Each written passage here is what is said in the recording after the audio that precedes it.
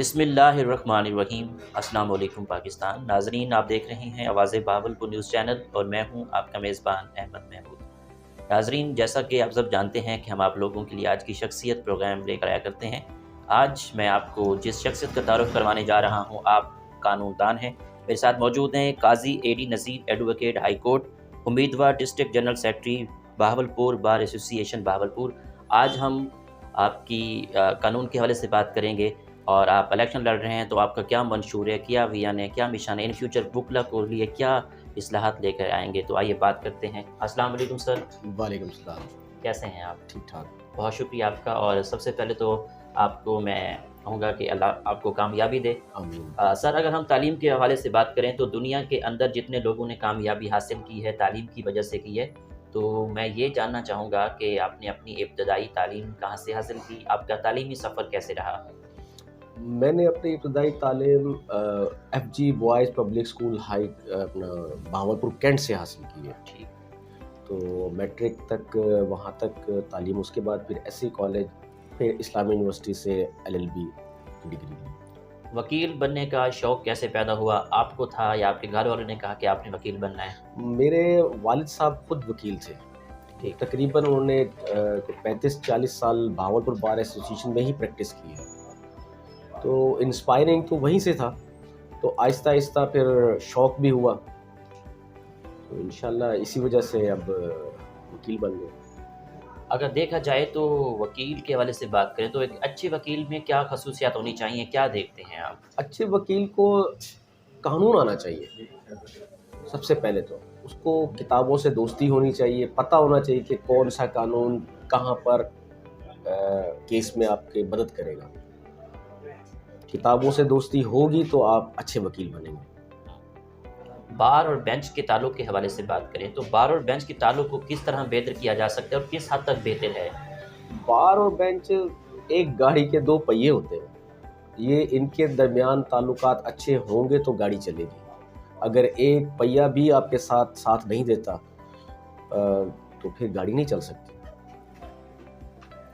اگر کیسز کے حوالے سے بات کریں تو آپ کس طرح کے کیس ہینڈل کر سکتے ہیں؟ میں زیادہ تر سول میٹرز کے کیسز لیتا ہوں، کیونکہ میرے والد صاحب بھی سول میٹر کے کیسز کیا کرتے تھے، تو میرا بھی شوق اسی طرف ہی ہے، پراپرٹی سے ریلیٹڈ ہو گیا، فیملی میٹرز ہو گیا، اور یہ اس طرح سے۔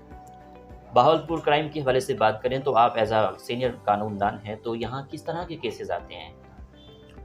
یہاں پر مختلف نوعیت کے متفرق آتے ہیں۔ سر، آپ امیدوار جنرل سیکرٹری ہیں، آپ الیکشن لڑ رہے ہیں، تو آپ کا کیا منشور ہے ان فیوچر وکلا کے لیے اور بار کے لیے؟ کیا ڈیولپمنٹ کروائیں گے، کیا آپ کا مشن ہے؟ دیکھیں جی، سب سے پہلے تو یہاں پر آپ کا ماحول خوشگوار ہونا چاہیے، آپ کورٹ میں داخل ہوں تو گرینری بھی ہونی چاہیے، اس کے ساتھ منشور میں میرا یہ ہے کہ ڈگنیٹی آف لائرز ہونا چاہیے، کہ آپ کو پتہ ہو کہ آپ کون ہیں، آپ آفیسر آف دا کورٹ ہیں۔ ریسپیکٹ جو ہے نا، سینئرز کی ریسپیکٹ کریں، do respect, have respect, respect کریں گے ریسپیکٹ ملے گی، اور سب سے پہلا یہی کام ہے کہ ڈگنیٹی آف لائرز۔ اور چیمبرز کا مسئلہ بھی ہے یہاں پہ، جو انشاءاللہ اللہ کے حکم سے اس کو بھی سولو کریں گے، تاکہ جو جگہ ہم نے دیکھ رکھی ہے اس کو آکوپائی کروا کر انشاءاللہ اللہ کے حکم سے چیمبرز جونیئرز کے لیے، جو ینگ لائرز ہیں ان کے لیے چیمبر کا بہت بڑا مسئلہ ہے۔ صاحب ظاہر جب تک آپ کے پاس اپنا چیمبر نہیں ہوتا اس وقت تک آپ ایک اچھے وکیل نہیں بن سکتے۔ آپ بڑے درخت کے نیچے تو رہ سکتے ہیں، خود ایک درخت نہیں بن سکتے، اس کے لیے آپ کو اپنا آفس، اپنا سیٹ اپ، اپنا چیمبر ہونا چاہیے۔ ٹھیک۔ ڈسٹرکٹ بار ایسوسی ایشن کے کیا بڑے بڑے مسائل ہیں؟ ڈسٹرکٹ بار ایسوسی ایشن میں سب سے بڑا مسئلہ اس میں یہاں پہ سیوریج کا ہے۔ جب بارش ہوتی ہے تو یہاں سڑکوں میں پانی بہت جمع ہو جاتا ہے، جو کہ آج تک ابھی تک حل نہیں ہوا۔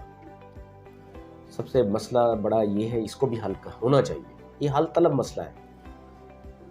آپ جنرل سیکرٹری کا الیکشن لڑ رہے ہیں، کس گروپ کے ساتھ ایفیلیشن ہے آپ کی؟ میری ایفیلیشن جو ہے، تمام دوست ہیں ہمارے،